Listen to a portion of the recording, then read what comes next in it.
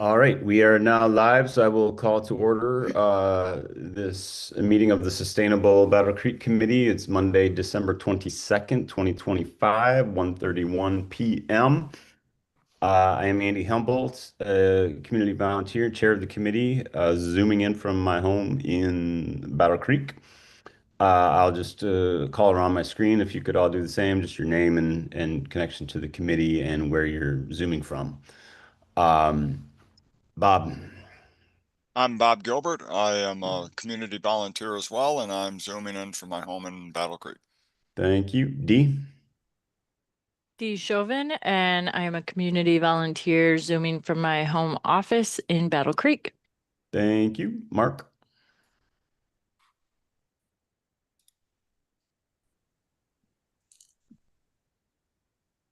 All right, Mark, if you're there, just interrupt and speak up, but I'll move on. Chris Martin.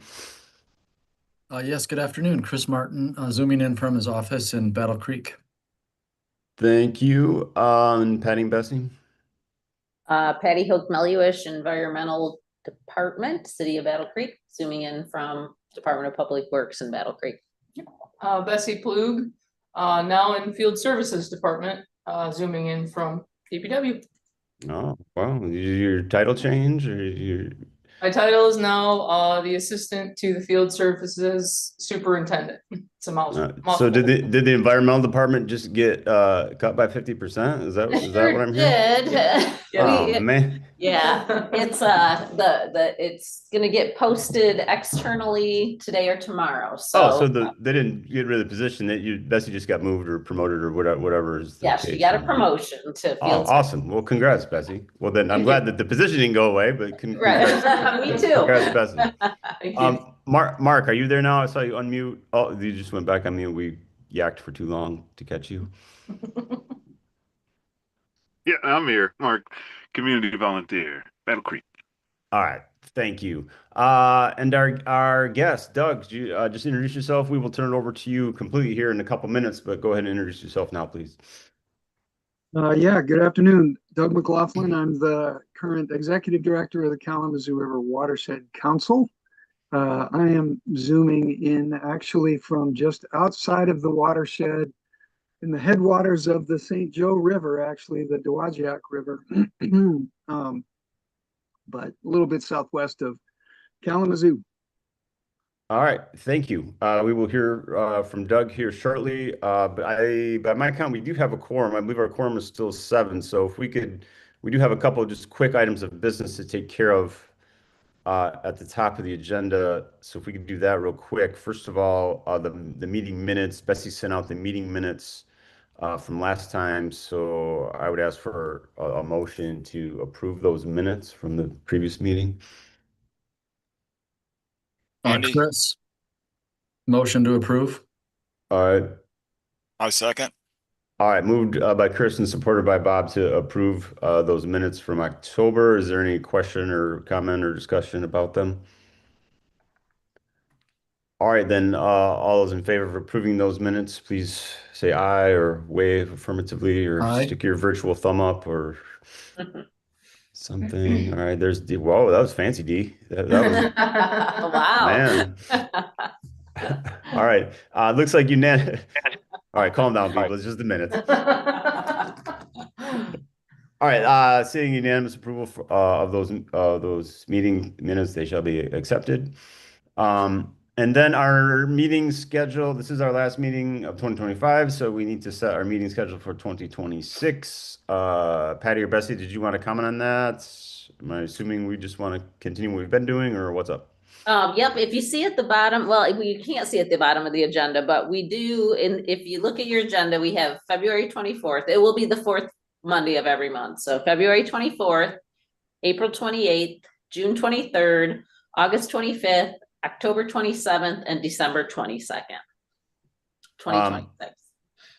I wasn't sure if those, because it said 2025 and it said December 22nd, Oh. which is today. So Do we I not thought have those the new ones on there? Okay. Okay, never mind. It will be the 4th Monday of every month, every other month. So we will get the new dates out. Sorry about that. All right, Yeah, I'll so try it's to really it's probably these dates just minus one day, right? February 23rd, April 27th, June 20th, and so on. We can double check, and can I do it through email, maybe send out? Yeah, you could, it's I'll send enough it for out us to to the email. say, Okay. yeah, it's enough to say we're meeting on the fourth Yep, fourth totally Monday missed. of the even Okay. month. I totally That's missed fine. that. Yeah, it's okay. So, All right, then, okay. and that is the way we've been meeting for the last few years now. So should I take that as a motion then, Patty? Yes, yes. All right, moved by Patty, but supported by Bessie, let's say. Sure. Yes. Okay. That we meet in the similar fashion as the last few years, the even months on the fourth Monday at 1:30. Any question or comment or discussion of that?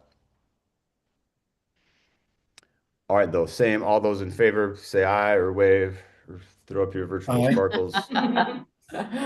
Any opposed? All right, then that shall be our schedule. All right.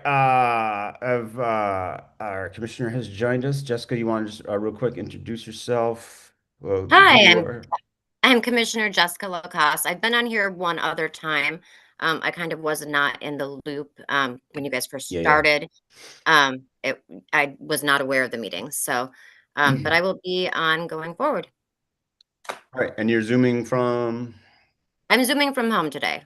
All right, in Battle Creek, assuming. Yes. Since you're a commissioner that you live in the city. All right. All right, then, Patty, we set to turn it over to Doug, or I'll let you take it. Sure. I'll introduce, this is Doug McLaughlin. He is the current executive director of the Kalamazoo River Watershed Council and has been in that role for what, going on 3 years? Doug? 3.5. Yeah. 3.5. Okay. And I asked him to come today because he represents the entire Kalamazoo River watershed, which we are a part of, and they have done some really cool programs this year, the last couple of years, that I thought this group might be interested in and maybe potentially getting involved in the future. So I'll let Doug take it away from here. All right. Thank you, Patty, and thank you, Andy. And it's exciting to realize that there are a number of folks involved in this committee that I already know and have been great supporters of our work at the Watershed Council. So thank you for that, and for all the ways that you've helped us and will continue to, I know. So I have a presentation, or a set of presentation slides. If looks like I can bring them up. Yep. And let's see if I can get to. Are you seeing it full screen? Nope. All right. Seeing it within your browser.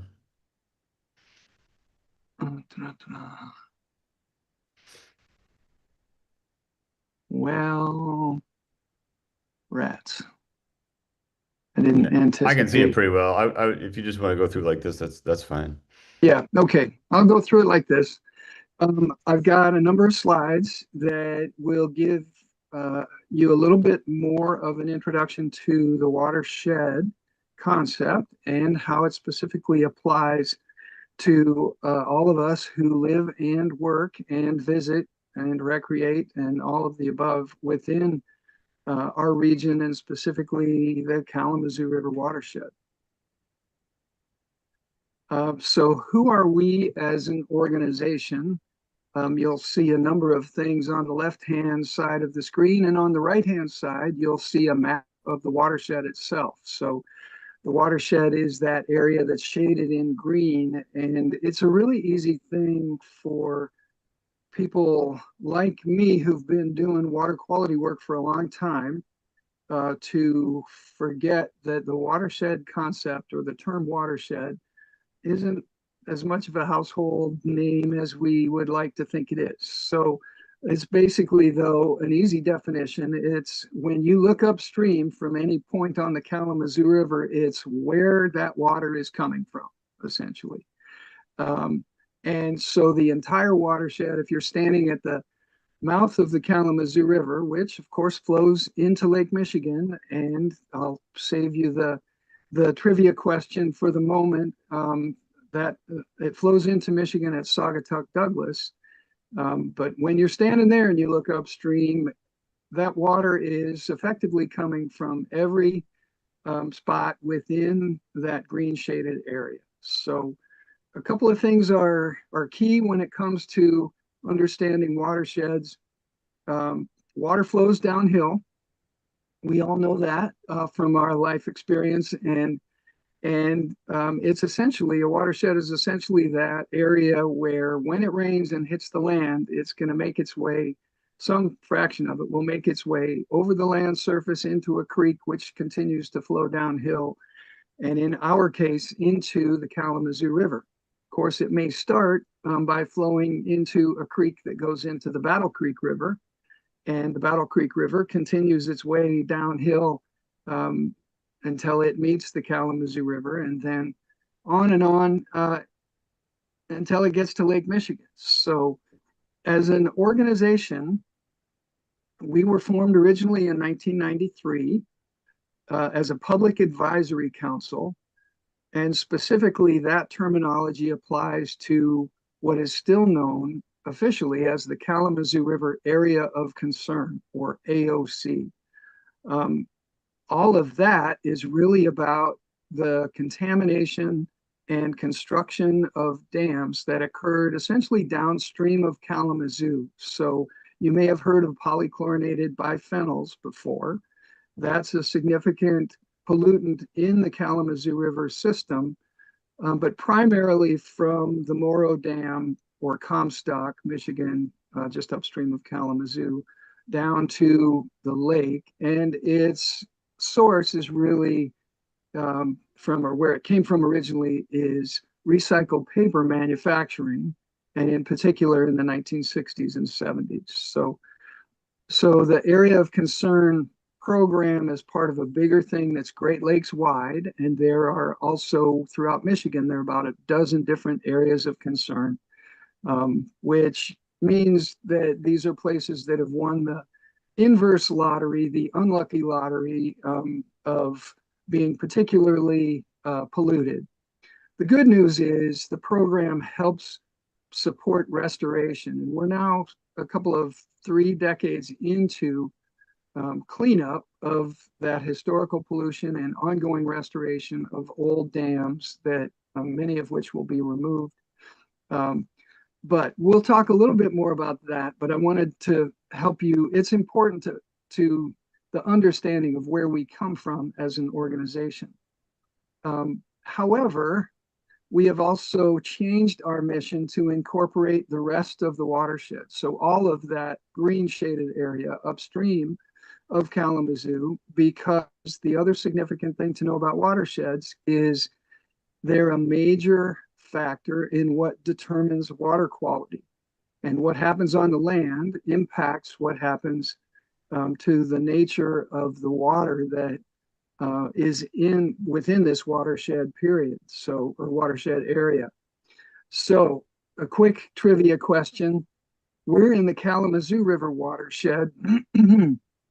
To the south of us, outside to the south of that green shaded area, that's not within the Kalamazoo River watershed. The trivia question is, what river is that watershed named for? Anyone? Yes. St. Joe. St. Joe.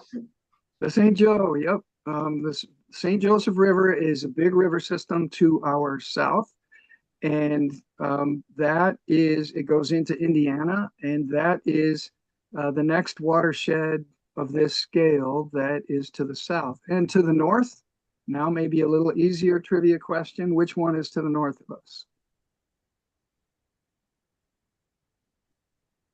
Patty, you can answer. Grand. The Grand River? The Grand River, yep, exactly. So anyway, that's a bit about watersheds. And if we're concerned about the water like the Kalamazoo River, we really have to understand what a watershed is and where all that water is coming from, because that's where the water quality is impacted. And I've come to say or learn that another way to think about water quality is the quality of our experience when we experience that water, whether it's drinking water, which in our case, drinking water, our community's drinking water isn't coming directly from the Kalamazoo River. It's a groundwater source. But in other places, their drinking water does come from river systems. But the other way we experience that water is from a recreational point of view, or just being in a community. Along a park, or that kind of interaction with water, which we intuitively know when we take a minute, we intuitively know the value of good water quality to our quality of life as individuals and as a community. So you can see our mission there and our key strategic elements. We're a science-based organization, but we're also going back to our central mission, it's engaging the community in our water resources. So we have a good science and technical basis of knowledge. We can use that to help provide knowledgeable outreach, education, and engagement opportunities with this river system. And a part of that, we also get involved in direct measurements of the condition of the river itself. So we really are all a part of something bigger. You can see the small blue line at the end of the orange arrow. That's the main stem, the main Kalamazoo River system, flowing from southern lower Michigan to Lake Michigan. And what's the bigger thing we're a part of? We're a part of this whole Great Lakes basin system. Water that makes its way into Lake Michigan ultimately makes its way north underneath the Mackinac Bridge into Lake Huron and on around, eventually moving to the east and flowing out of Lake Ontario into the St. Lawrence River, and from there all the way to the ocean. So this is a valuable way to just remember the way in which water connects all our communities together. It's very often and it makes complete sense, we tend to focus on the bridge that we cross the Kalamazoo River on. That's where we see it, or maybe it's the park. And when we take a little bit more time, then we start to think more about where's the water coming from and where's it going to.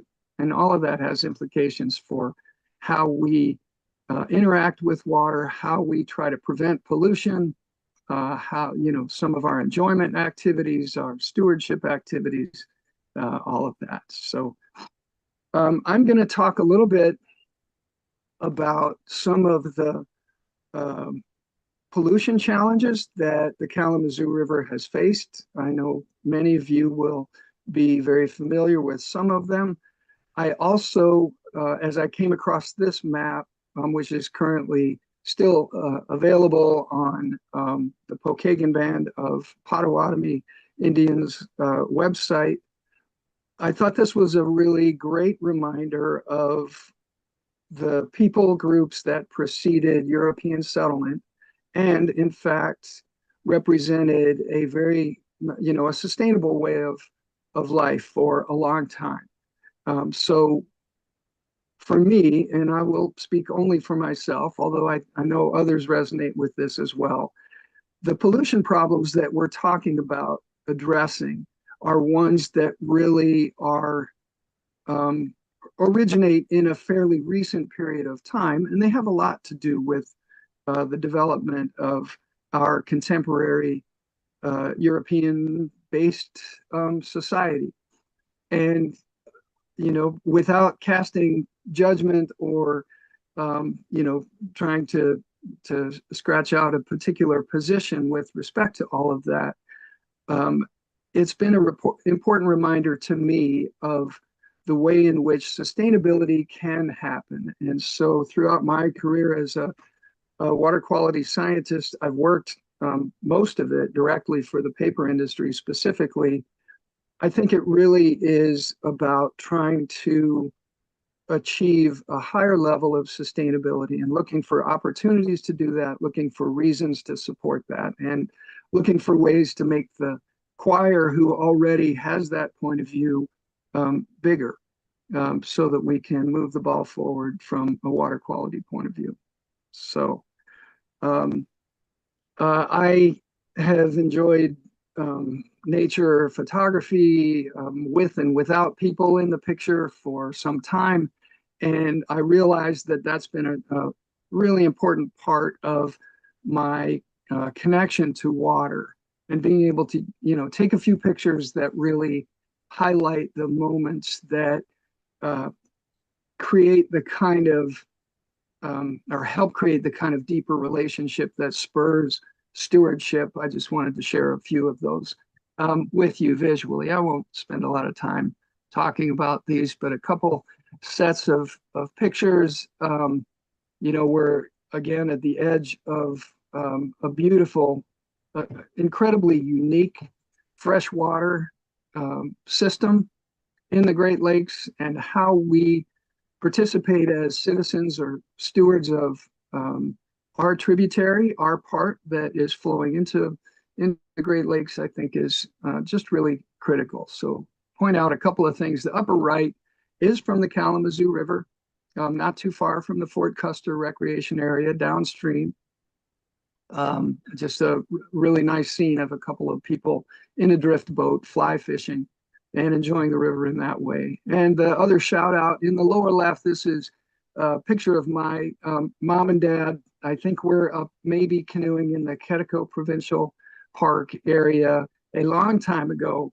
But it's those kinds of experiences that, again, help build our relationship to the water that is around us, and our recognition of the value that they bring in our lives. So that's important, because we need to stay connected with why we do the kind of work that we do, and what is our motivation. So the watershed does matter. I've talked about that a little bit. It matters today. It mattered yesterday. It's going to matter tomorrow and well into the future. So our organization, I think, is unique in the sense that we have very different jurisdictional boundaries.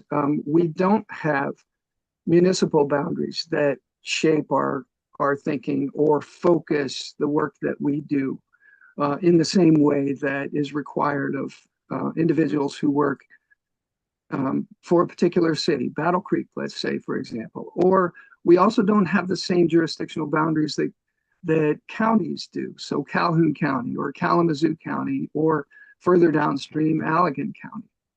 Our functional jurisdictional boundaries are really shaped by the watershed boundary itself. So that's over 2,000 square miles. It incorporates or touches a part of 10 different counties, actually, in our part of Michigan.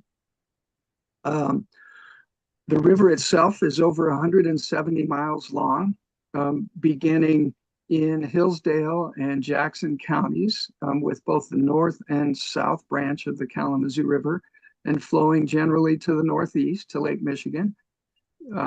There are over 400,000 people who live within this watershed boundary, and I'm guessing many of you can name the larger communities in our watershed, and just beginning with Albion and Marshall and Battle Creek and Galesburg, Augusta, and Kalamazoo, and further downstream to Plainwell, Otsego, Allegan, and Saugatuck, Douglas, with many, many, many other communities,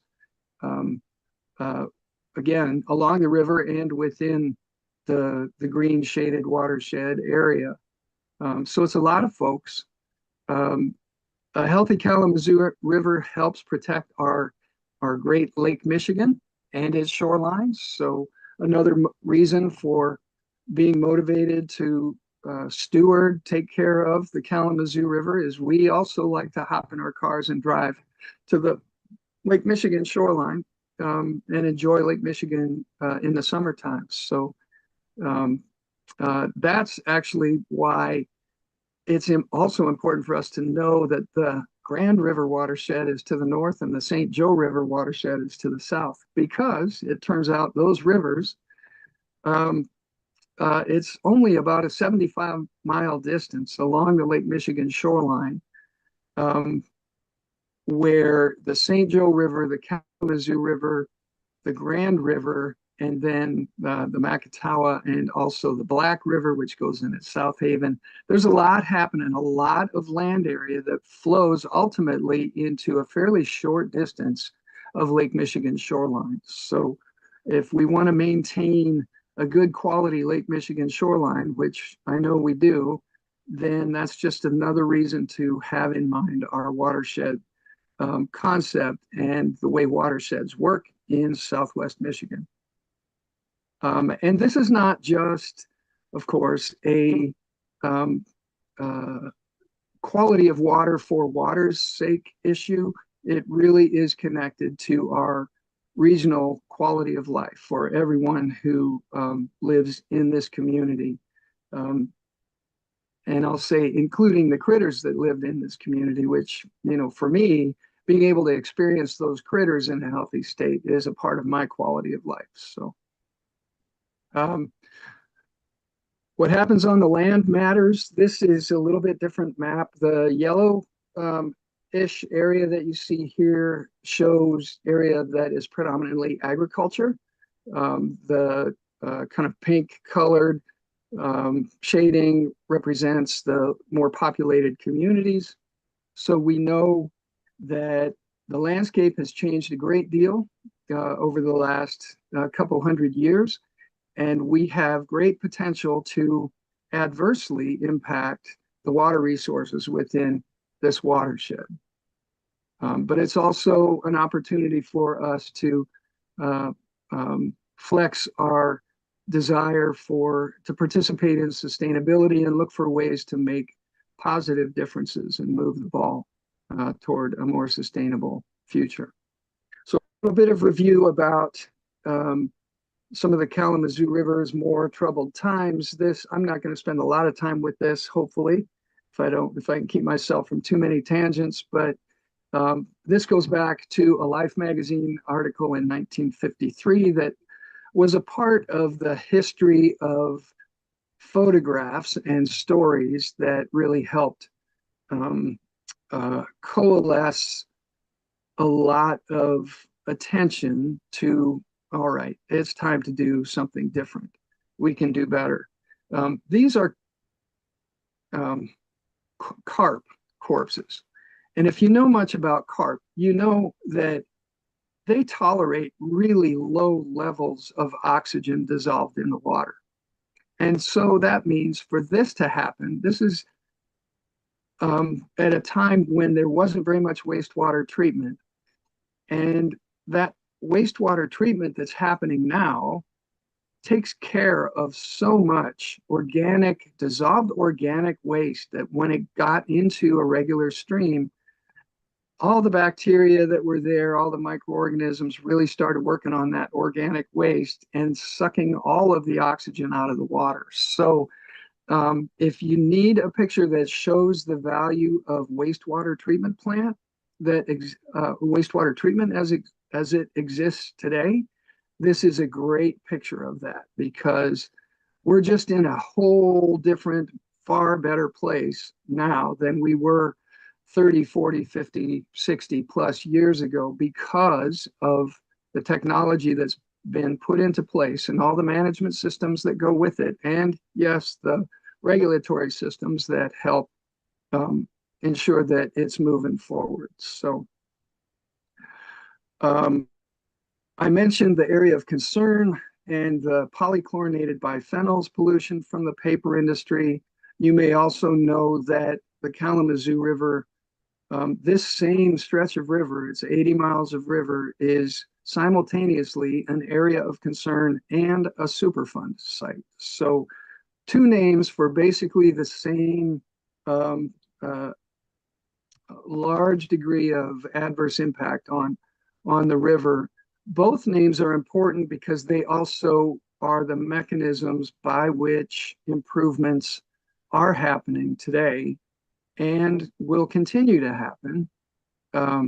But we're talking about a long-term fix here. And so our role in the Watershed Council is to help stay on top of that, be an information source, and also a pathway for the community to ask questions about what's being done and how quickly is it happening and what's the holdup and all of that kind of stuff. So the lower right-hand picture is gray colored sludge that now is in the floodplain in the river that contains polychlorinated biphenyls. It's from paper mill waste before wastewater treatment really took effect and removed a lot of that sludge, particulate material out of the wastewater. We also know about the Enbridge oil spill in July 2010. We just in 2025 had the 15-year acknowledgement of that spill event, and there was an event commemorating that took place in Historic Bridge Park, and then also eventually a canoe and kayak trip that also happened, again commemorating the fact that it happened and that the river is much better now than it was, thanks to the $1 billion+ in restoration costs. And the trauma remains from what it was like when that spill occurred, and that should motivate all of us to ensure that it doesn't happen again. And honestly, there is quite a bit of work that can be done still to put us in a better position to prevent a spill of this magnitude in the future. So one other thing I wanted to at least mention here, actually there may be more, but the other kind of bigger thing is phosphorus. And you recall the map I showed a few slides ago about the agricultural land, fertilizer, and runoff from agricultural land that is over fertilized, and where there are few agricultural practices in place to help reduce runoff, we get too much phosphorus in the river system. It's also not only an agricultural issue. It's also an issue of runoff from urban areas and from yards, and a whole host of potential sources. The excess phosphorus, again, if we rewind the clock 20, 30 years ago, the amount of phosphorus going into the system, the Kalamazoo River system, was higher than it is now. And Lake Allegan, further downstream, formed by the Cawkins Dam, is a very wide spot in the river, and it becomes shallow. And in the summertime, it gets warm. And what happens with lots of nutrients in the water? Algae grows, and you get excess algae growth. And when that happens, the whole aquatic ecosystem and the shape and content of the fish community also changes. So thinking again, good water quality is a good experience with the water. Bad water quality, in this case, excess algae, very cloudy water, that's not a pleasant experience. So, nobody wants to drink it. Nobody wants to recreate in it. And so and too much phosphorus was a problem in lots of places, but including the Kalamazoo River. So there has been in place now for 20 and a few more years, 20 years and change, called the Lake Allegan Kalamazoo River Total Maximum Daily Load, TMDL, or TIMDL as it's pronounced, that has been in place. It's a regulatory program, and it's focused on reducing the amount of phosphorus that comes into the system. The folks who get to deal with the TMDL most directly include municipal wastewater dischargers like the city of Battle Creek, but also industrial wastewater dischargers as well, because they're the ones who are primarily on the regulatory hook for looking for ways to reduce phosphorus. But through that program, those organizations also have the opportunity and provide some funding to get the word out to help address non-point sources of phosphorus as well. So those from agriculture and also from municipal and residential areas. So that's the phosphorus story. So just want to provide a slide that runs down a little bit longer list of some of the issues that we think about as an organization. You can read them here. I'll highlight a couple that I haven't talked about so far. The Michigan Eat Safe Fish program is, we're involved with a program led by the Michigan Department of Health and Human Services in helping to communicate levels of fish contamination and the associated guidance for anglers about how many of different kinds of species, how many fish can be eaten within a 1 month period of time. Basically to control the dose that people get of the chemical contaminants that are in the fish. The long and the short story here is this is an important program to learn more about. There are consumption advisories that apply to waters all over the state for different kinds of chemical contaminants. But PCBs are among those, so the paper industry, pollutant, historical pollutant. PFAS is another one, and this applies to the Kalamazoo River as well.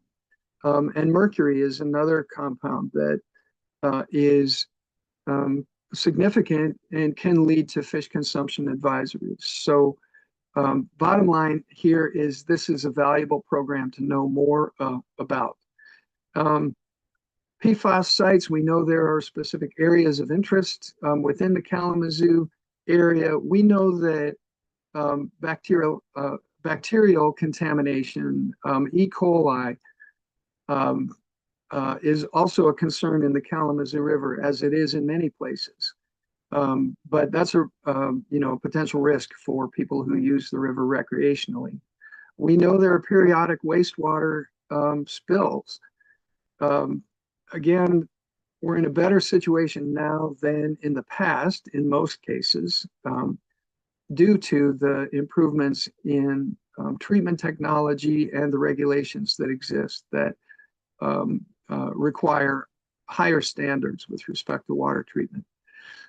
Invasive species, a couple of things also though that are more directly related to our communities and how we see them on a day-to-day basis is how do we reach everyone who lives within our communities to provide equal access to the river, opportunities to experience the river in a number of different ways.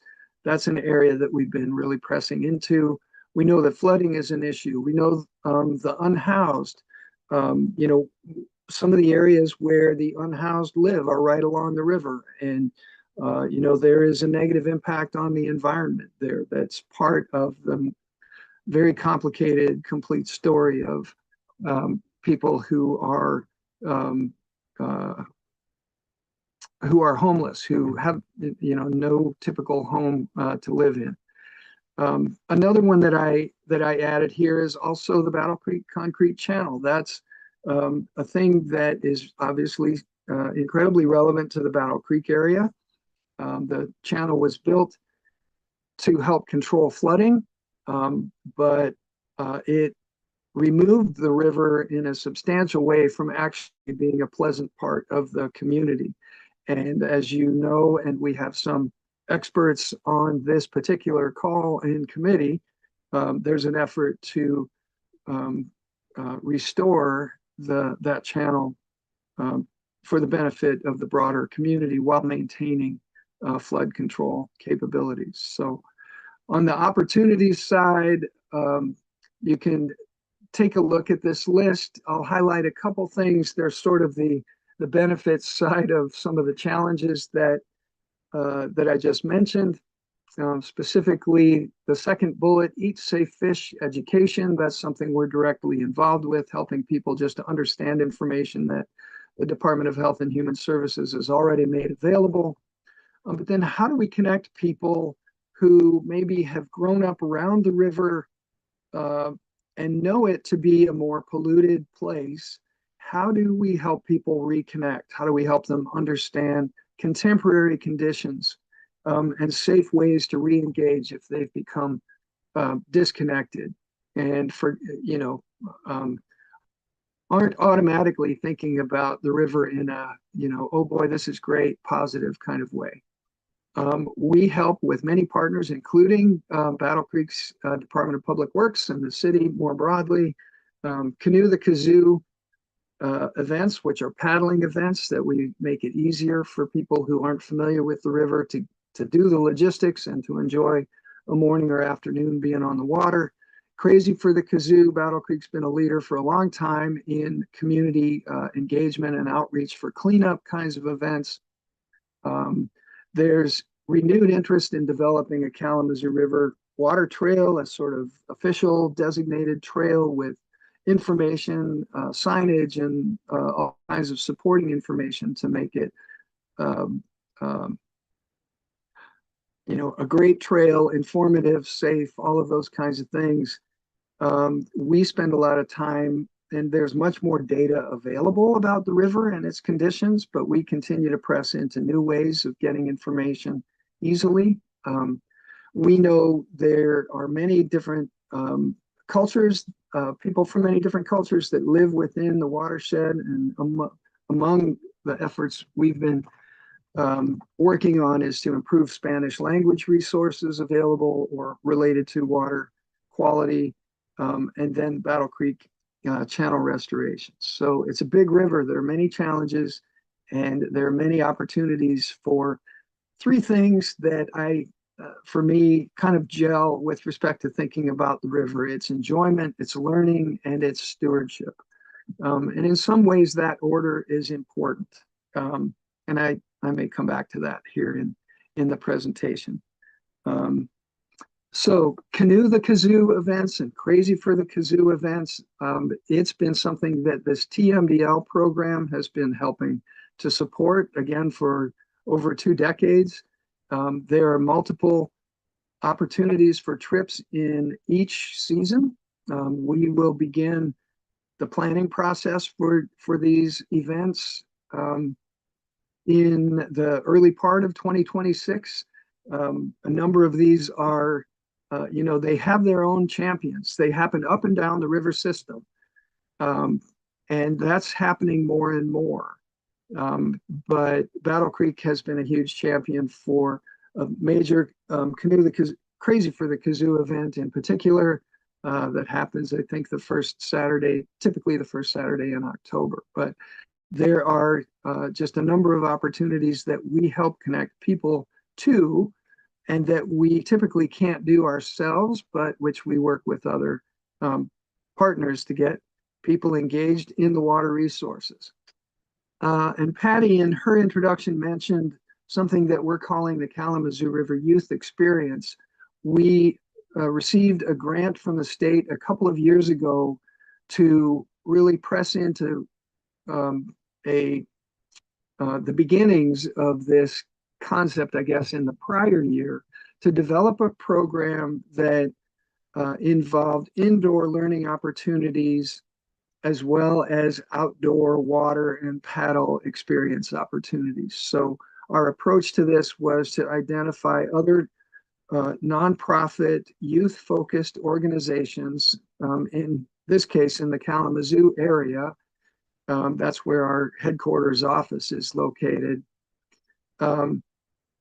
to connect with the leaders of these nonprofit organizations who already know their youth, and to tell them more about who we are and explore their interest in creating new opportunities for youth to learn about the water resources around them, not only by getting together for 2 hours to, indoors to explore in sort of a hands-on classroom setting, but then also getting people outside to understand more about how to experience water safely. For many, they haven't had much experience with water, and so there are real concerns for their personal safety. And that's legit. And so our approach has been to be flexible and kind of take it as it comes, but to provide opportunities for people, youth, and honestly leaders as well, to enjoy being outside no matter what, and then also to go step by step, sometimes literally, into shallow water, to sitting on a kayak for the first time, to holding a paddle for the first time while they have the life jacket on, and getting out to move this boat around on the water and really enjoy the water resource that before that day was really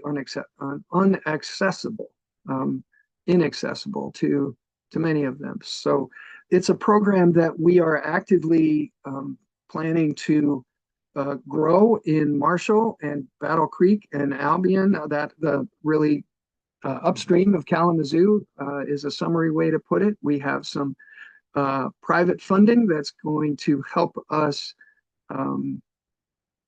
reproduce the work that we've done in Kalamazoo and move it upstream. Private funding, and then also some funding from the Total Maximum Daily Load program as well.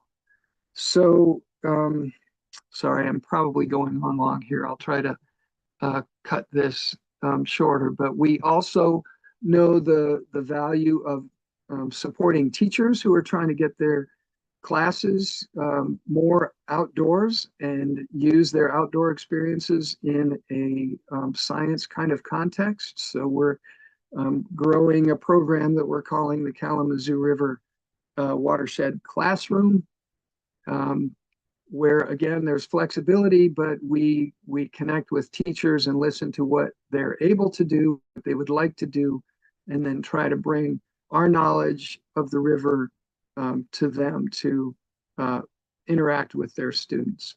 And then also connecting with libraries. One of the things that we really got to start on and have been able to complete in the last couple of years is to work with a Kalamazoo area author to put together a children's book. That's part of a series that she does about a grandmother and her grandson that addresses a number of environmental themes. And so this, I think, maybe is the fourth book in her series, and it's really very directly focused on water resources and the Kalamazoo River watershed.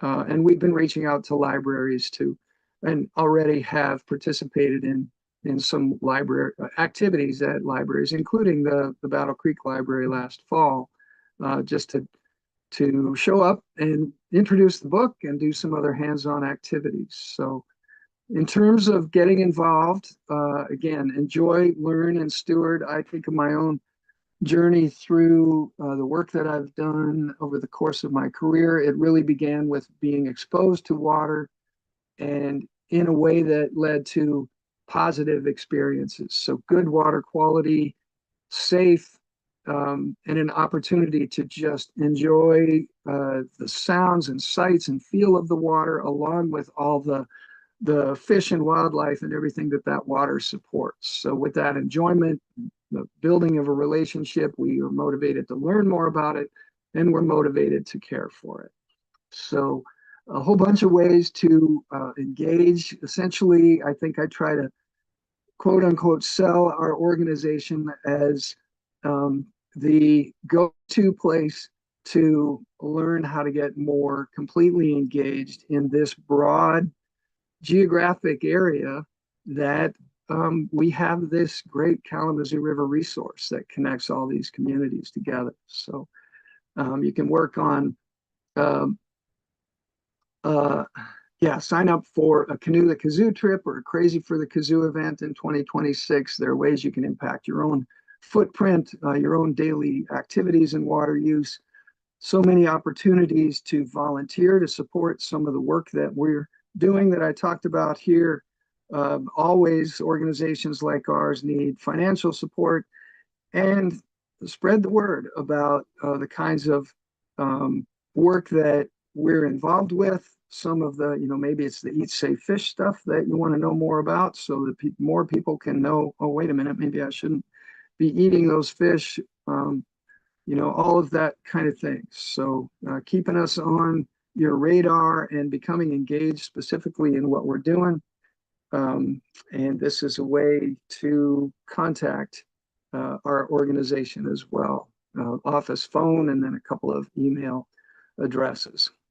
So I'll stop there. Thank you for probably too much time on my part, but hope it's been useful. And I can take questions if you've got them. Yeah, thank you, Doug. Yeah, lots of great information there. Thank you. Does anyone have questions or comments for Doug? I just wanted to say thank you for sharing that carp photo. That was quite interesting. I had never seen that before. That was very eye-opening. Yeah, thank you. It's definitely an impactful photo. It has been for many of us. And a great presentation overall. Thank you. Thank you. Yeah, I just want to thank the Watershed Council's support and collaboration on the initiatives and the Battle Creek community. We're very excited about the concrete channel restoration and having it move through. It's probably long-term. I mean, it's a bit of a marathon. There's no doubt about that, but there are good folks working on looking at that possibility. Doug, I was wondering, do you have any concrete plans for the program, the Youth Experience Program in Battle Creek for 2026? Nothing on paper, but we know the approach that we're going to take. And, it's basically reproducing what we did in the Kalamazoo area. So it's really about identifying a small number of organizations who are interested in learning more about the program and possibly making it available or becoming participants in the program in 2026. So one of the concrete steps that we've taken is we're a part of an organization called KID Network, the Kalamazoo Youth Development Network, which is present both in Kalamazoo County and in Calhoun County. And that organization works specifically to elevate the quality of youth programming outside of school time programming and to help organizations connect with each other. So we're involved there. We have a number of partners in Calhoun County or folks that we know, including Patty and Bessie and Ryan Renke, who's the executive director at Calhoun Conservation District. We've got another board member who is in Albion, some good partnerships in the Marshall area. So essentially early in January, we're going to begin to reach out and develop a schedule for having those conversations. So we have funding in place. It's then just a matter of figuring out who we can work with and implementing the program that way. Thank you. All right. Anything else for Doug? Andy, if I could, Doug, Yeah, let me also say that was a great presentation, very eye-opening. In the beginning, I liked you mentioned how I don't think the general public recognizes that water quality or watersheds, really impact water quality. I think you brought that up in the very beginning, and you also touched on the idea that runoff is related to water quality as well. Is that correct? Yes, absolutely correct. And it's runoff, whether it's agricultural lands or urban lands. That's why, it's connected to one of the things we can do individually, under the impact your footprint, rain barrels, rain gardens, things that help hold water back, retain water, and put it to better use, um, is obviously better for the river. So Absolutely. And I wanted to mention that part about runoff, because you may know that Battle Creek recently did that. We did a um, inventory of our greenhouse gas emissions, looking to see if we could do anything to lower those. And through that research, I worked on that project with Patty and Bessie, and through that research, we saw that climate change, the Great Lakes is kind of unique, and we're going to get a lot more precipitation with climate change in the Great Lakes, actually more than probably any part of the country. And that increased precipitation will indeed create more runoff events, stormwater's overloading. And I just wondered if in your work, do you ever touch on that idea of how climate change also, particularly in the Great Lakes, is related to water quality? yes, we do. Backing up a half a step, that's a really valuable topic area, and it's really good that you all have been able to press into that particular issue. You know, even if we just think about clean dirt getting into the river from a runoff point of view, the negative impact on water quality from bare dirt that's running into the river from a torrential downpour, let's say, where we're not taking the best care we can of the land itself and doing things like planting trees that intercept the rainfall and slow it down, or inadequate stormwater control, not planting deep-rooted native plants to help more water seep into the ground. What that leads to is a much flashier river system.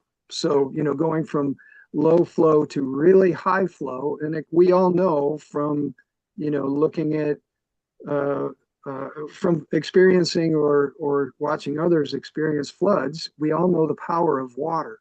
And so managing the amount of water and trying to reduce the flashiness of a river system, even as climate changes, it makes our work, and I mean our, universally, everyone's work to improve the landscape with holding more water back in mind. In particular, it makes it that much more important to do that. So it's a really good point. I recently saw a presentation by a professor from Michigan State University who has been studying climate and weather. He had a really interesting observation, which was temperatures are absolutely warming, but they're warming more at night in the winter. And what that means is, that we are more likely to get less ice, less snow, and when we do get more precipitation, it's just going to pound bare dirt and carry it into our creeks and rivers. So understanding the changes that are happening in climate is critical to water quality and quality of life in our communities. Great, Doug. Thank you a lot for your work in this area. I really appreciate it as a local community member, especially. Great. Thank you very much. And back to you. All right, folks, we're about out of time for the day, so we need to move along. And if you have further questions or comments for Doug, his contact information was there at the end. I'm sure, if you ask Patty to put you in touch with him, she can do that. But yeah, I'll pause right now just so I don't forget and ask Eric, is there any public comment right now for the meeting? We don't have anyone in the waiting room or on YouTube for public comment. All right, thank you. Then Patty, I'll turn it over to you. I know we're about out of time. I don't know if you have any updates from your end that are critical to cover today. Obviously we want to get into, maybe for February is kind of figuring out where we're at with the greenhouse gas inventory stuff and planning and whatnot, but go ahead. Okay, well, first and foremost, for some of you who weren't on at the beginning, we have a staffing change. Bessie, sad for me, great for her, has been promoted to assistant field services superintendent. So what's great about that is we're going to have a great ally now in the field services department who understands all our environmental issues. Not that we didn't before, but now we've got Bessie there. So but I'm going to be by myself for a little bit till we hire Bessie's replacement. So that's big news. And then I'll get out. I had some of our sustainability achievements citywide. I'm accumulating those. They're still coming in. So I'll get that out in an email to everyone. That's always kind of fun to see at the end of the year what we accomplished as a city. And then the sustainability plan updates, I'd like to get that going at the beginning of the year. So whoever wants to be involved in that, Andy, I'm sure I hope you will, and anyone else we'll keep everybody looped in. But yeah, we want to get some more involvement just from everyone. Not that we appreciate your attendance at the meetings, but I think there are lots of things we can achieve. So we'll keep you in the loop and see what we can do in 2026. So, and thank you, Doug. We appreciate your time today. Thanks for the opportunity to connect. I really appreciate it. And we'll look forward to seeing more of you in 2026. Yeah, thank you again, Doug. We appreciate it. Good presentation. And just as I'm sure Patty made you aware, this gets live streamed to YouTube and becomes part of the city's repository of meetings that people can come back to and look at in the future. So this all your presentation and all that happens here becomes public record that anybody can go back to and watch and refer to at any time. So we appreciate that. All right, then, is there any other member comment or question or announcement before we adjourn? Keanu, we did see that you showed up. Thank you.